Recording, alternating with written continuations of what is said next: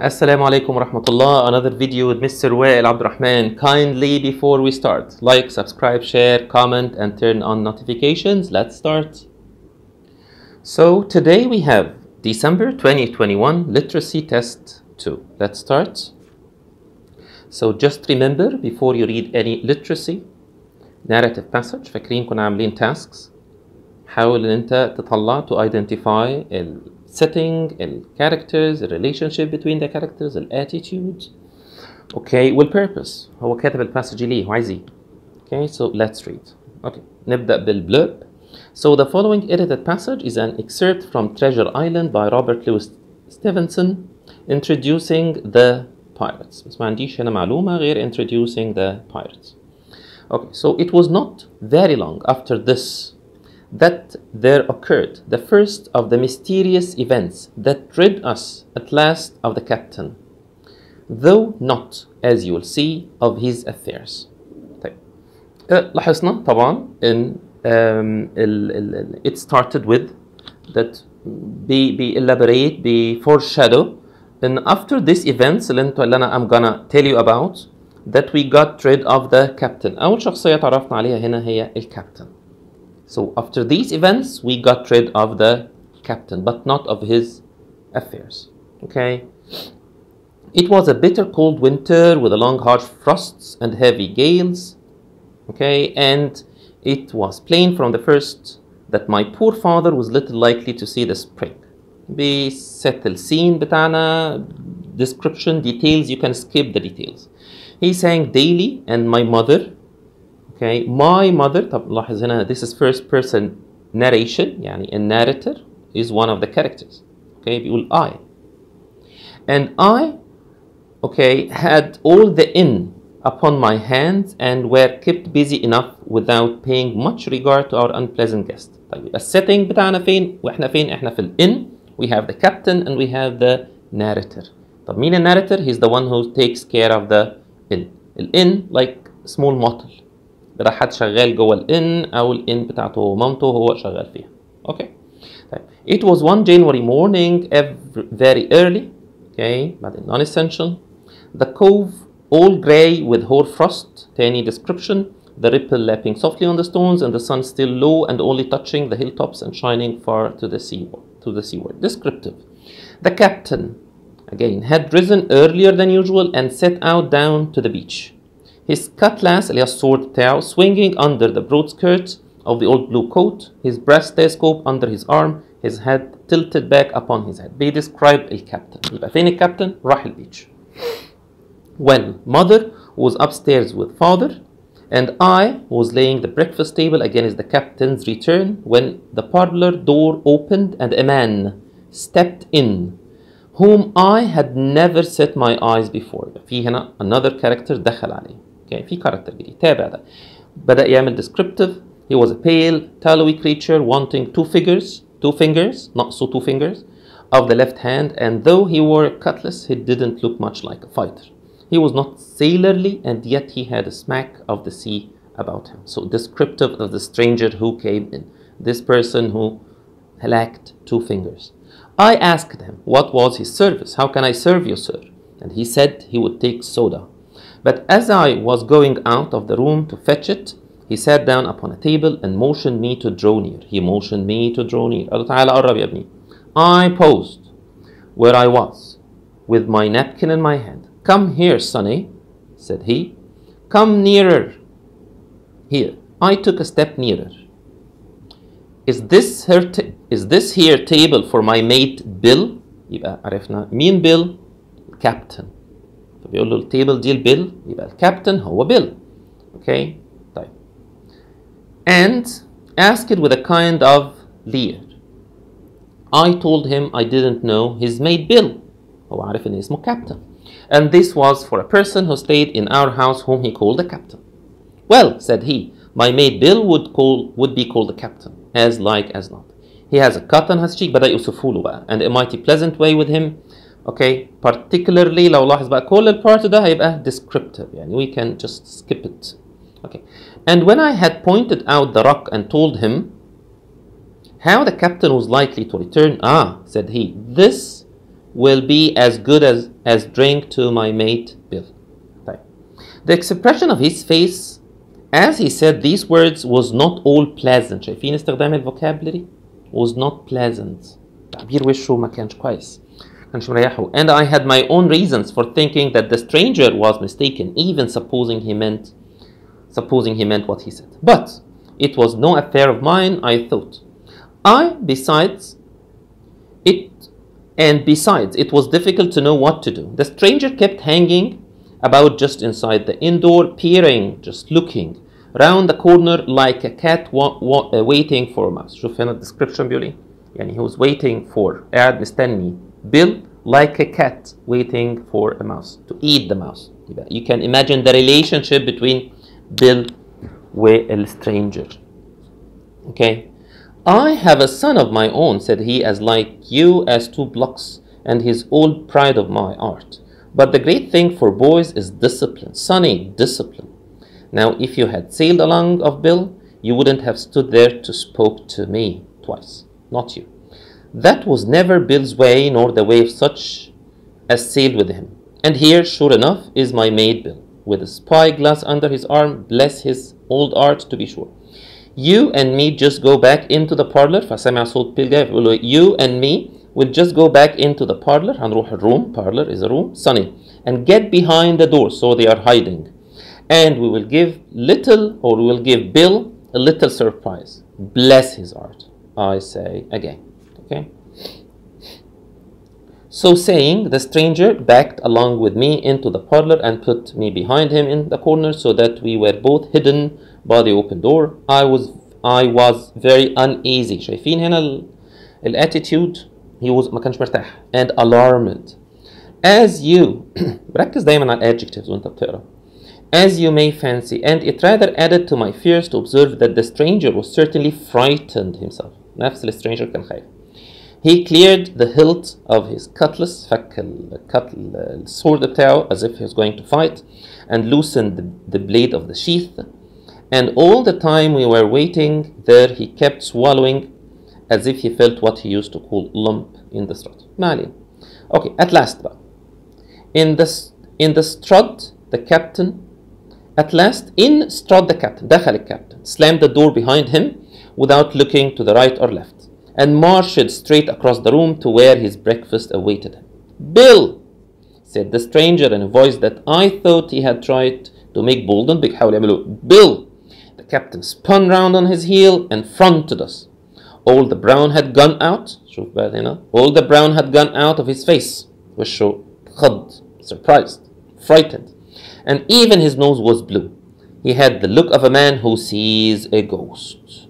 That's very important. شوف بقى الرياكشن, الاتيتيود هنا. What's his attitude? أكنه شاف ghost. ده الاتيتيود. Or the evil one, or something worse, if anything can be. And upon my word, I felt sorry to see him all in a moment turn so old and sick. Come, Bill. You know me. You know an old shipmate, Bill, surely, said the stranger. The captain made a sort of gasp. Black Dog. So at last we know the name of the stranger. اسمه Black Dog. Okay, and who else? Returned the other. Getting more at his ease. يعني attitude. ما كانش مرتاح. Black Dog as ever was. Come forward to see his old shipmate Billy at the Admiral Bimbo Inn. اسم الإن. Oh, Bill, we have seen a sight of times too since I lost them to talons, holding up his mutilated hand. الهاند اللي كان ماسكها اللي هي lost 2 fingers. Okay, تعال نشوف كده. The tone of the passage. فاكرين the tone? Okay, يعني please if you haven't watched the video titled The Tone of the Passage, how to answer the tone of the passage, please watch it. Okay, the tone of the passage, the attitude of the author, الadjectives اللي استخدمناها والverbs اللي استخدمناها. الpassage دي, what is the author's attitude? نقول ايه؟ Tranquil and calming. يعني ايه tranquil? Tranquil like quiet. انت كان هادي, الدنيا كانت هادية يعني calming؟ أكيد no. Okay, طب thrilling. Okay, like exciting and invigorating. You know, like invigorating, like giving spirit. You know, something that makes you feel strong and fresh. ده invigorating. كأنك واقف على البيتش كده invigorating. أكيد no. Ambiguous and strange. Okay, is that ambiguous, unclear and strange? ولا tense and unsettling؟ استخدام الفوكاب كتير قوي لما قاعد اقول uneasy, mysterious, the stranger, we don't know who the stranger. Okay, في evidence كتير قوي بتقول لي ان ايه that was tense. في tense ما بين when the man entered, the stranger entered. Okay, the waiter or the narrator كان tense الآن مين ده؟ ولما when they confronted each other برضو الاثنين that was unsettling, that was tense. So D. Okay. Question number 2, vocabulary. Wanting in line 30. Okay. تعال نشوف كده line 30. Okay, quickly. Okay. So he was a pale. Okay, sorry. So he was a pale, tallowy creature, يعني fat, تخين, wanting 2 fingers on the left hand. قصده ايه wanting 2 fingers? عايز 2 fingers ولا lacking 2 fingers؟ ناقصه 2 fingers. So just plug them in. Desiring 2 fingers, hoping 2 fingers, needing 2 fingers, or lacking 2 fingers. So I think it's obvious and it's lacking 2 fingers. Okay, so which of the following, question with evidence, question 3, question 4, paired question. So which of the following can be assumed about black dog? أنا أقدر أقول إيه عن black dog? He has bad intentions. Okay, for meeting the captain. He has never been to that parlor before. He enjoys playing tricks on people. He has a very uneasy character. طب نعرف إزاي؟ Let's go to the evidence. تعالى كده نبص في evidence. Okay. طيب. The first one. Okay. So the first evidence, line 29 till 32, بيقول إيه? He was a pale, tallowy creature wanting 2 fingers of the left hand, and though he wore a cutlass, he didn't look much like a fighter. Descriptive, we describe a stranger. Okay, so that's not an evidence. The next one, 35 till 36. I asked him what was his service, and he said he would like to take soda. So nothing but تشرب إيه؟ أشرب soda. Okay, the next one, okay, 71. Let's see 71. Okay. The stranger kept hanging about just inside the inn door, peering around the corner like a cat waiting for a mouse. Yes. هو قاعد مستنيه أكنه cat مستنية mouse. يبقى what is his intention? هو إيه بقى ال intentions بتاعته? What we can assume about black dog? يعني إيه؟ That he has a bad intention. يعني he's waiting for him like a cat waiting for a mouse. So he wanted to eat him, wanted to kill him, wanted to fight him. So there was في animosity between them, في hatred between them. So I think definitely here in the answer is this is the evidence. So for number 3 we can choose A, and for number 4 we can choose C. سهلة مش صعبة. Okay. Okay. Which of the following best describes the narrator? Okay. No evidence. Courageous and brave, naive and compliant. You know what's courageous. Like brave, was he naive? كان ساذج.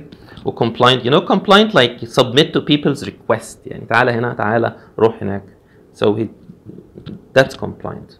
Okay. Otherworldly and strange. يعني supernatural, timid and benevolent. Benevolent like kind and shy. So what's the evidence for these answers? يعني خلينا نشوف ايه اللي اتقال عنه عن الناريتور. الناريتور ما اتقالش عنه كتير, ولكن we can say مثلا في this line لما قال له ايه? Come here Sonny says, okay, come here Sonny, come here nearer. I took a step nearer. ده يقول عليه تعالى يا ابني هنا. ما قالوش لا انت مين. No, he just that is what. ده ايه اسمه ايه؟ ده بنسميه ايه؟ Compliance. This is compliance. صح كده؟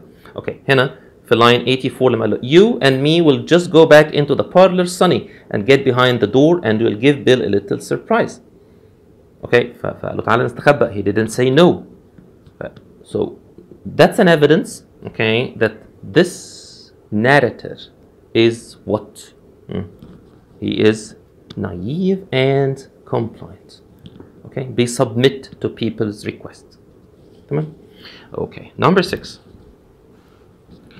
Okay, which of the following best describes the relationship between the first paragraph and the rest of the passage? Okay, like main events followed by sub-events, a close-up of a character followed by a description of the wider setting, introduction followed by characterization, scene setting followed by character development. طيب فاكرين أول passage, أول paragraph?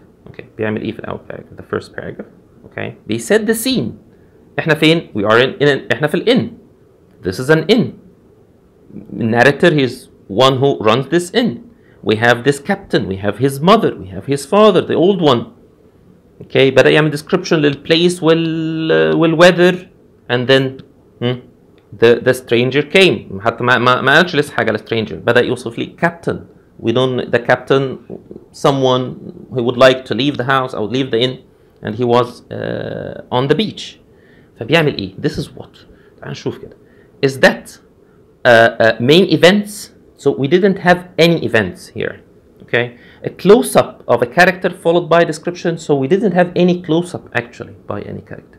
هو مجرد قال لنا ان في كابتن هنا، في كابتن هنا عايش عندنا. Okay, so it's not B. طيب introduction followed by characterization ولا scene setting followed by characterization by character development. What do you think? So I think he started by setting the scene. This is a part from a novel. So he's setting the scene. بيحضر لك المكان، بيخليك تتخيل المكان. This is the scene. أنت تقدر تتخيل. You can imagine this place. Okay, so definitely it's A. It's D. Okay, the next one, number 7. Okay. Okay. Which of the following literary devices does the author use? Okay, so literary devices اللي استخدمها. So that is a question with evidence type. Number A, allegory. So what is an allegory? يعني ايه allegory؟ أقول لك أنا allegory. Allegory is a story that points out to a deeper meaning. يعني ايه الكلام ده؟ فاكرين الستوري بتاعت التورتويز والهار؟ تورتويز ماشية بالراحة والهار اللي بتجري وعملوا ريس. Actually المفروض مين اللي يفوز؟ الهار، ولكن the tortoise won. This is a story اتحكت لنا كلنا واحنا صغيرين. طب this is the story دي اللي اتحكت. طب ايه الاليجوري من ده؟ يعني ايه الهيدن مينينج اللي انت تتعلمه من ده؟ ها؟ لما التورتويز won ان the slow and steady wins. دايما السلو والsteady wins. دي الرسالة اللي عندها لك. So this is the allegory. Okay? So it's a deeper meaning within a story. طيب. An irony. I think you know what's an irony, to use the words to express something just the opposite of the literal meaning. انت بتقول حاجة بس انت قصدك العكس. Okay? طيب الهايبربول يعني exaggeration، مبالغة. زي ما اقول لك ايه I'm so hungry I could eat a horse. وانا ممكن اكل horse. This is a hyperbole. طيب foreshadowing يعني ايه foreshadow? To indicate something that will come. So an indication of what to come. تعال نشوف بقى evidence بتاعنا. Okay, let's see. Okay, 1 till 5. Okay, نمسح بس الكلام ده كله. So let's see. Okay, so it was not very long after this that there occurred the first of the mysterious events that rid us at last of the captain, though not non-essential of his affairs. ده يعتبر إله. It was not very long after this. This إيه؟ This events. بعد اللي أنا هحكيه ده، بعد الميتينج ما بين الكابتن والstranger, we will get rid of the captain. So he's doing what? He's telling you what will happen in the future. ده سميناه إيه؟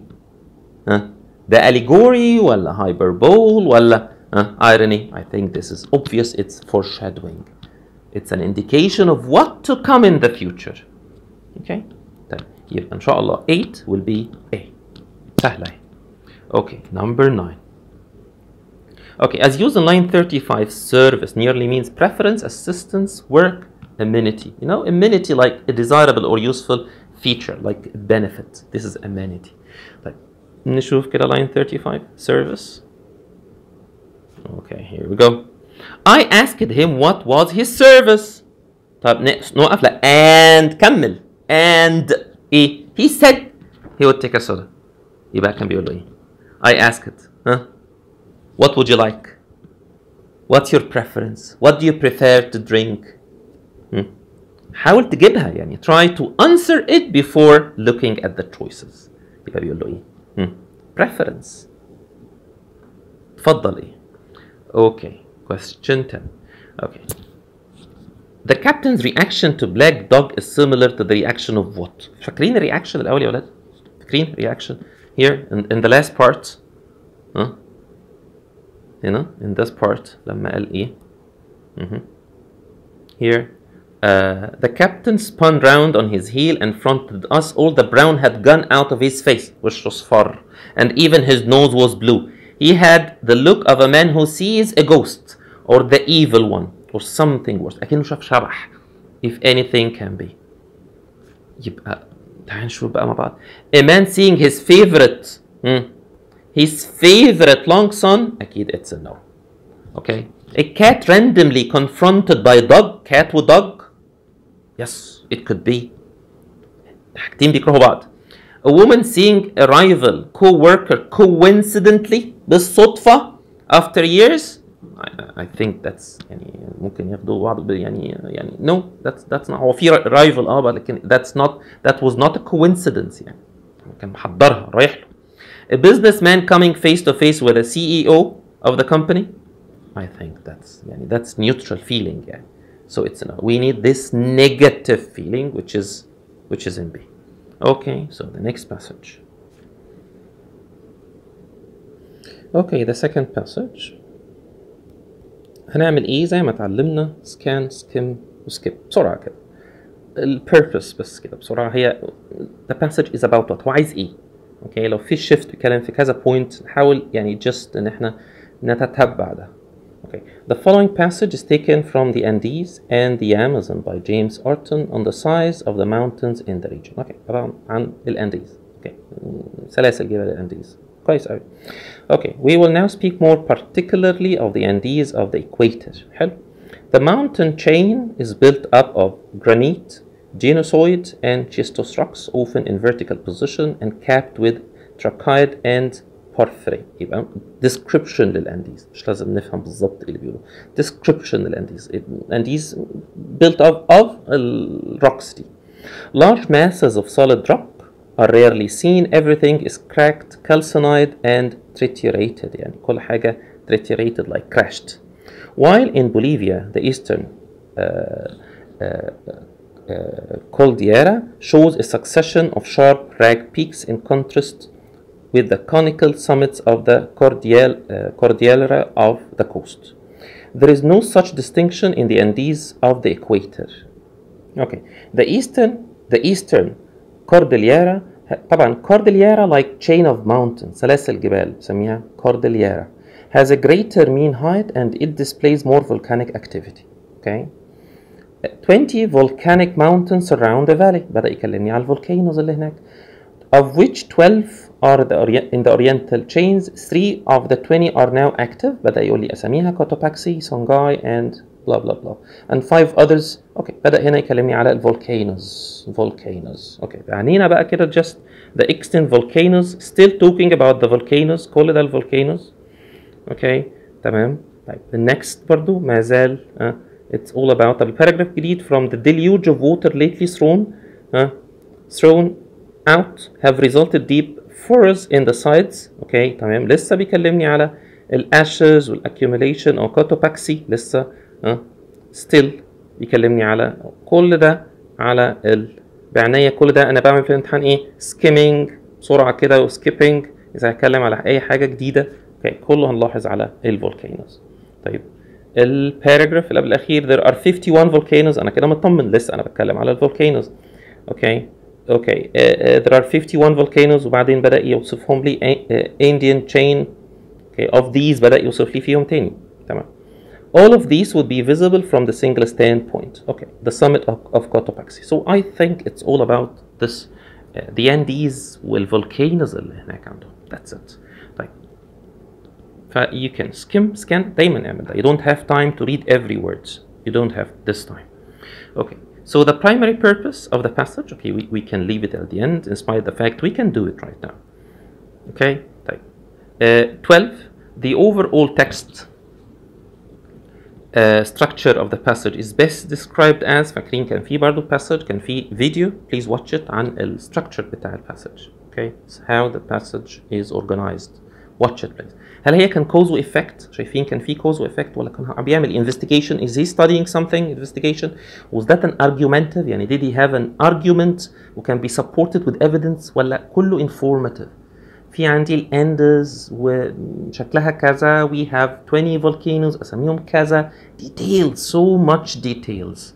So this is informative. He's informing الايه بالمعلومات اللي هو عايز يقولها. So it's D. Okay, 13.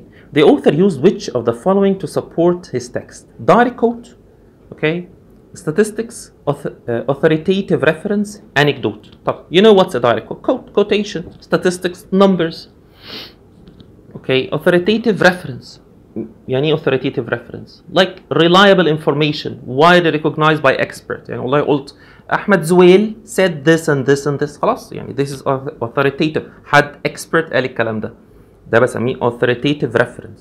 طيب anecdote قلنا anecdote اللي هي story. Okay, usually a person. طب do we have evidence for this question? Yes, we have evidence.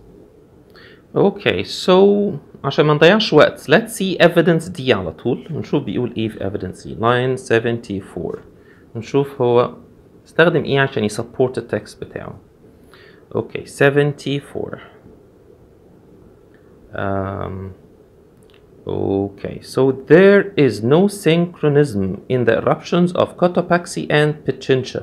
دول volcanoes. تمام. The reputed eruption of Pichincha are dated 1534. دي الديتس اللي حصل فيها eruption للفولكانو ده. 1534, 39, 66, 1574, 1588 and 1660. That of 1534 resting on the assertions of مين اللي قال الكلام ده؟ المعلومات دي resting يعني بناء على كلام مين؟ اوكي نمبر 1 واحد اسمه تشيكا طبعا دي اسامي هو he didn't يعني دي ناس reputed اكيد he didn't say who are they بس حد معروف يعني بقول لك someone said that مثلا ده احمد زويل said that. I don't have to say who's احمد زويل. He expects and the reader knows these people. So all these data were rested on تشيكا والاسامي دي كلها هيريرا sorry okay endorsed by Humboldt. دول مين دول؟ ده quote ولا statistic ولا authoritative reference reputable experts. So these were that was reliable information widely recognized by مين؟ by experts. طالما جاب لي اسامي ناس يبقى ده على طول ايه authoritative reference. Okay, so okay authoritative reference for 13. Okay, with 14 the evidence will be D. Okay, next question. Okay, vocabulary capped, topped, improved, limited, surpassed. You know the word surpass means to be better or to do better than someone. To surpass someone means to be better than him. Top capped, line 5. Okay, let's read it quickly. Capped. Okay, so the mountain chain is built up of بيقول لي بقى mountain chain الرocks. Okay, دي أسامي rocks. Okay, granite, genocide, schistose rocks, often in vertical position and capped with trachyte and porphyry. Capped. The mountains capped. عايز يقول لي covered with could be covered with جربها كده. Covered with these الtrachyte والporphyry دي السبستنس دي. طيب شوف عندنا إيه. So they are topped with, improved, أكيد مش improved, مش limited, مش surpassed. So topped with, topping, covered with. Okay, 16. Okay, for question 16, the author assumes which of the following to be true of the reader. هو مين في ده true عن reader؟ إزاي يعني؟ The reader is familiar with the substance that emits from the Ecuadorian volcano. The reader is familiar with the forms of altar and Chimborazo and Cotopaxi. يعني ايه familiar؟ يعني هو عارف الحاجات دي. اوكي فمش محتاج ان انا اعرفها اكتر يعني. The reader is familiar with the names of volcanoes and technical terms and of the types of rocks. The reader has never heard of volcano tops. طب احنا we didn't read that much في الباسج. So what should we do? Look روح دور على الحاجات دي فين skimming بسرعة كده. يعني مثلا بيقول لك the reader is familiar with the forms of altar و Chimborazo. طب اتقالت فين altar و Chimborazo؟ ممكن skimming سريع كده. اوكي اتقالت فين الفورمز بتاعتها؟ let's see كده بسرعة بعينينا we can go through هنا.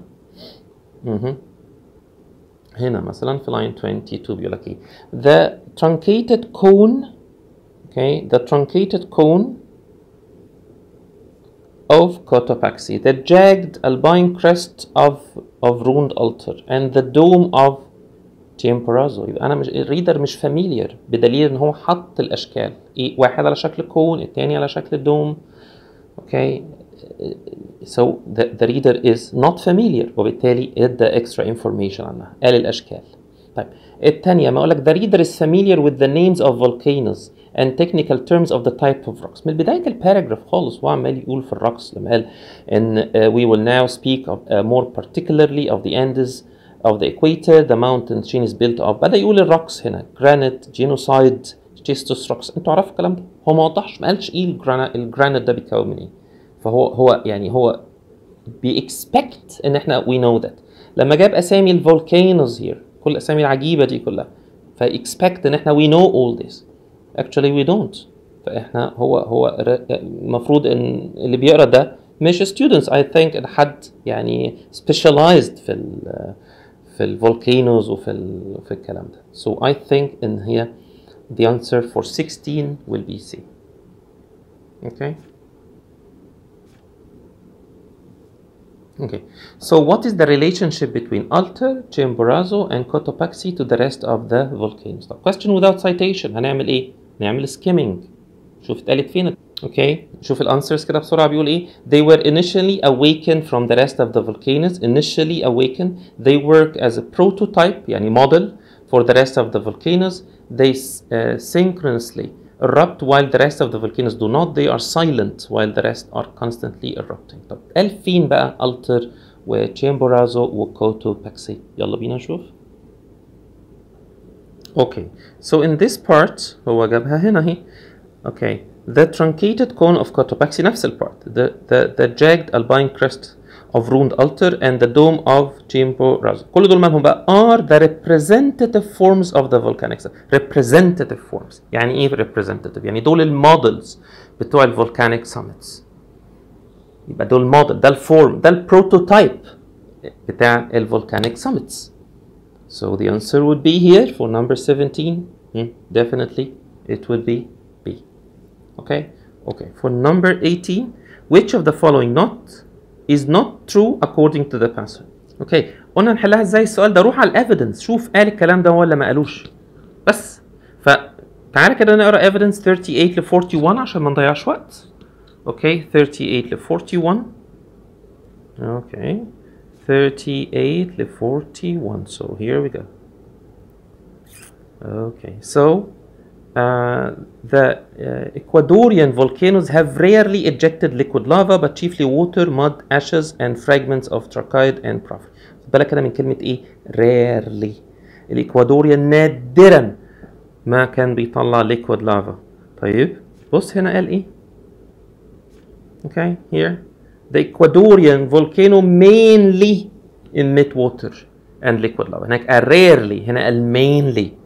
يبقى mainly D was not mentioned. This is not true about the passage. So definitely it's B, and for 19 also it's B. Okay. For question 20, the graphic best support which paragraph within the passage. بسرعة كده نشوف look at the graph أو اللي هو عامله ده. طيب هو ده إيه ده؟ إيه المنظر ده؟ Okay. These are إيه؟ ده إيه ده؟ دي volcanoes. بس كده. Volcanoes. اتقالت في أنهي paragraph الفولكانو؟ skim. اعمل skimming كده. وبعدين احنا قرينا باراجراف 1 ده 100 مره. سو اتقال فين كل ده؟ كل ده الفولكانوز بتوعه. So definitely it was mentioned in paragraph 1. Okay, so 20 first paragraph. Sorry. First paragraph. Okay. As used in line 64 vocabulary. Hot, timid, ineffective, weak. طب نشوف كده 64 قال ايه؟ Okay, so 64, where are we? Here we go, feeble pressure. So the prevalence of trachyte shows that the products have cooled under feeble pressure. Feeble يعني weak, ضغط ضعيف, weak pressure. يبقى هنا weak pressure, I think هي جاية بالliteral meaning بتاعها weak pressure, 21D. Okay, طب نيجي للquestion بتاع الpurpose بقى فاكرينه we skipped it. The primary purpose of the passage. كاتب الباسج دي ليه؟ Argue the recent eruption as harmful to the environment. That was not mentioned الحاجات اللي احنا قريناها. Okay. Provide a historical record of the volcanic eruption. ما كانش فيه historical record للvolcanic eruption. ده general أوي. Okay. Enumerate the number of mountains in the Andes chain. No. So detail of different volcanoes. كلها كانت على volcanoes in the Andes chain and their specification. كلها كانت على volcanoes. So it's D. Okay. Okay, the paired passage. هنعمل ايه؟ We're gonna read passage 1 and then answer the question. بعدين passage 2 answer the question of passage 2. بعدين نشوف related question. Okay, so the first passage is from Common Diseases of Farm Animals by blah blah blah, discussing general diseases. بيكلمني على general diseases of the animal. The second edited passage taken from Cattle and Their Diseases. So cattle, okay, by Robert Jennings, discussing diarrhea. كلمني على الدايريا بالأخص الدايريا. Okay, كويس. نقرا كده بسرعه زي ما اتفقنا. هنعمل ايه سكان وسكيم للباسج بسرعه. Okay, the importance of recognizing and diagnosing the seat and nature of morbid change occurring in an organ or group of organs cannot be overestimated. يعني ايه overestimated؟ يعني very important. يعني ايه؟ يعني مهم قوي ان انا اعمل diagnose وان انا اعرف اي change بيحصل للاورجن any organ of the animal. Okay, this is very important to recognize if any change happened to any organ of the animal. تمام. layman هو person يعني شخص يعني do not comprehend the difficulty or importance of correctly grouping the signs or symptoms of disease in such a way as to enable them to recognize the nature of the disease. So this is layman should understand. Do not understand the importance of grouping. نعمل بقى الايه الsymptoms كلها group together عشان اعرف الديزيز. Okay, هو بيقول ان layman and the people they can do that correctly يعني. In order to be able to understand the meaning of many symptoms or sign disease, we must possess knowledge of the structure and physiological function of the different organs of the body. Okay, يبقى we must كل ده احنا we must نعمل ايه عشان to diagnose. We must do what to know the animals ان هو عيان وتعبان. Okay, ممكن نعمل ايه بقى؟ يلا سكيم بسرعه كده بعينيك. Okay, شوف paragraph 2. Before making a general examination of the animal, it is if the examiner is not already acquainted with the history of the case, feel essential to learn as much about this from the attendants as possible. لو ما تعرفش حاجة عن الحيوان ده قبل كده اسأل. اوكي، فاحنا بنفس الفكرة برضه. اوكي، بيتكلم في نفس البوينت، مفيش أي جديد. اوكي، paragraph وبعدين سكيم الباقي. Okay, the great symptoms informs us regarding the condition of different groups of body organs. Okay, general symptoms again. The local symptoms يبقى قسمهم local و general are confined to a definite part of the organ. وسكيم الباقي بسرعة كده. Other terms used in describing symptoms of disease are objective, which includes all that can be recognized by the person making the examination. اوكي، ما علينا، يبقى احنا كده ايه؟ يعني هو بيتكلم في نفس البوينت، diseases والsymptoms والlocal symptoms. اوكي، فهمنا الموضوع بصفة عامة يعني. نخش في الديتيلز ان شاء الله while answering the questions. اوكي. Okay, so question 22. Okay, what is the purpose of line 1 to 4?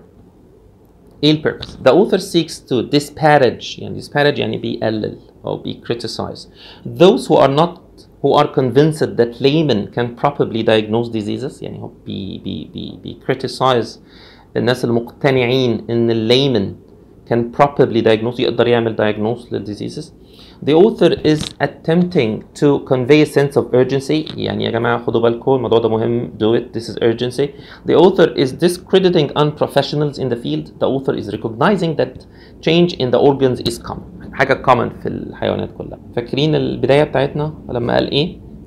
The importance of recognizing and diagnosing the seat and nature of morbid change occurring in an organ or group cannot be overestimated. يعني يا جماعة ده مهم قوي. Very important انك to know and recognize nature. لو حصل أي change في الأورجن يبقى this is what. ده مهم. This is important. Yeah, this is urgency. He's saying that this is very important. This is urgency. So it's B. Okay. Passage 1 is most likely written from the point of view of يعني من قرايتك دي ممكن تسيبه في الآخر. بس من اللي انت قعدنا قريناه ده الديتيلز الفظيعه دي you can leave it at the end.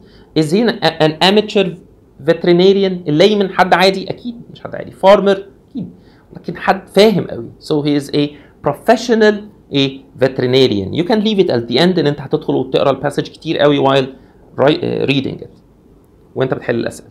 طيب which of the following does the author of passage 1 indicate as being important for understanding diseases؟ اوكي، ايه المهم هنا واحنا عشان نفهم الديزيزز. اوكي، طيب a career as a vet, making quick and random examination, knowledge of the symptoms, awareness of the treatment. وعندي evidences.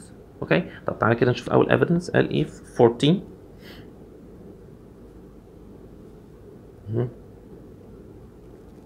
اوكي، قال ايه في line 14 team.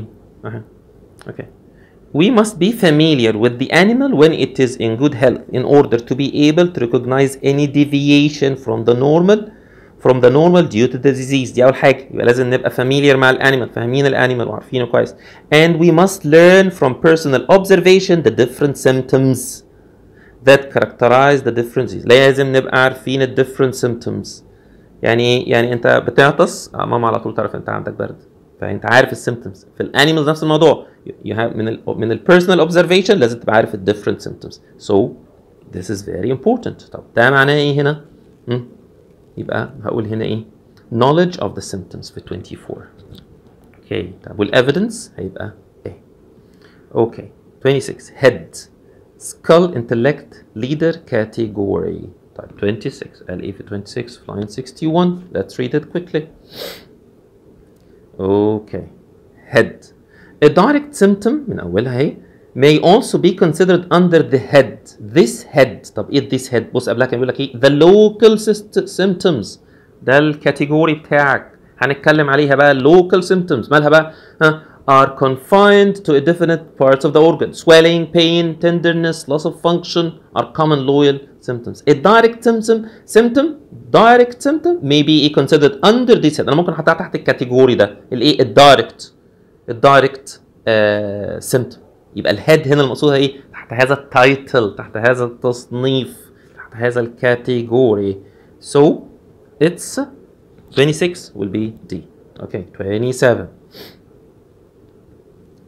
Okay, which of the following is not mentioned in the passage؟ نفس الموضوع. هنعمل ايه؟ بنشوف الايفيدنس وغالبا هو بيجيب الاوبوزيت بتاعها. Okay. Okay, so as not to waste time, let's read evidence B from 88. بيقول هنا ايه؟ من البداية كده let's read before. تعلم دايما read before. Treatment.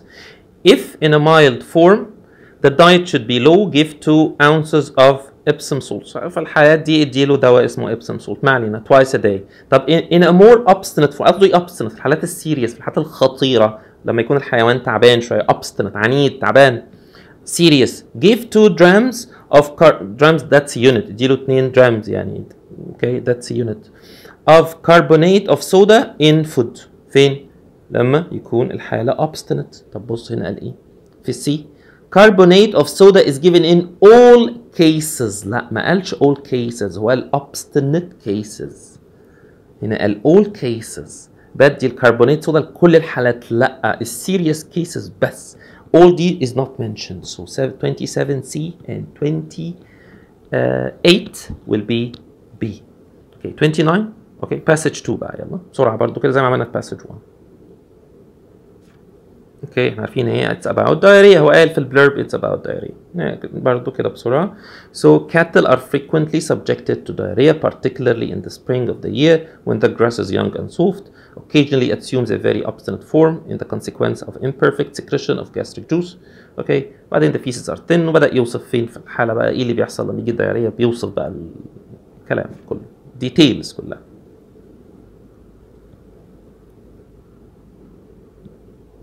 اوكي نكمل كده بسرعة من بقية الباراجرافز. اوكي treatment. If in a wild form the diet should be low, give 2 ounces of Epsom salt. فأنت لو عندك كذا خد هذا الدواء Epsom salt. اوكي طيب twice a day in a more obstinate give 2 drams of carbonate and soda. اوكي كل ده عمال يديني في ايه؟ في أدوية نديها لها. Oak bark tea will be found very useful in these cases. One of the following powders twice a day. Pulverized بعدين ايه will be found very advantageous. Pulverized opium. كل دي أدوية عمال يتكلم عليها للحالات بتاعته. طيب وبعدين paragraph.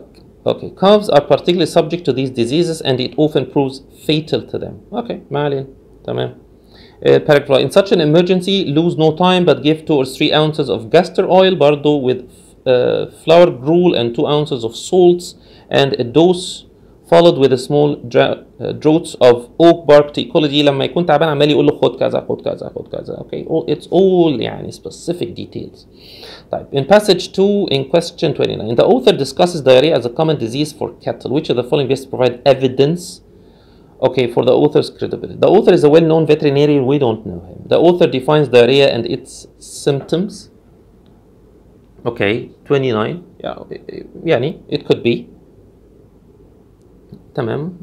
ولكن يعني مش مجرد اي حد، يعني anyone can. يعني ما تنساش السؤال بيقول لك ايه the author's credibility، يعني احنا هنصدقه ازاي؟ يعني لازم we trust this one. اوكي، هو مجرد انه عرفني بالدايريه، يعني anyone can define diarrhea. اوكي، so it's not A, it's not B. The author uses specific references to treatment in all cases of diarrhea. I think he did that. يعني no one can do that except he's an expert. Okay. Okay. The author uses technical term to prove his credence. No, I think it's C. Using specific reference to treatments. طيب. Which of the following best describes a similar aspect of both passages? طيب نخش بقى على both passage. بيقول لك both passages discuss disease found in cattle. Yes. واحد اتكلمت على الدايريا واتكلمت in general. Both passages detailed cures for the disease. No. I think passage 2. قالت ده both passages discuss symptoms as an essential element. No, both passages are based on technical terms. No, I think the answer here is A. طيب. 31. Okay, which of the following best describe the difference between the two passages? Okay, passage 1 explores the downfall of a wrong diagnosis. Okay, while passage 2 attempts to enlighten the reader with diarrhea. I don't think that is true. Okay, passage 1 focuses on symptoms. Okay, passage 2 specifically tackles a disease and its treatment. اتكلمت على disease واحد. Yes, I'll go for that. اتكلمت على واحد بس. Okay, so it's B. Okay, we can skip C and C. Okay, 32 waste. Okay, so vocabulary waste. Deteriorate, deteriorates like becomes worse. Misuse, what's misuse? Something fades, like less clear. Splurge, like spend more than usual. Like 105 بيقول ايه بقى في 105 wastes. But if he بيتكلم على الانيمال mopes about, refuses his food، مش بياكل بقى، ceases to ruminate، wastes in flesh. قصده ايه wastes in flesh؟ لحمه بيه ايه؟ الويت flesh تعبان الانيمال. I think this is A. becomes worse. So misuses his flesh, fades his flesh, spends much of his flesh، ولا his flesh deteriorates becomes worse. That's it. Okay.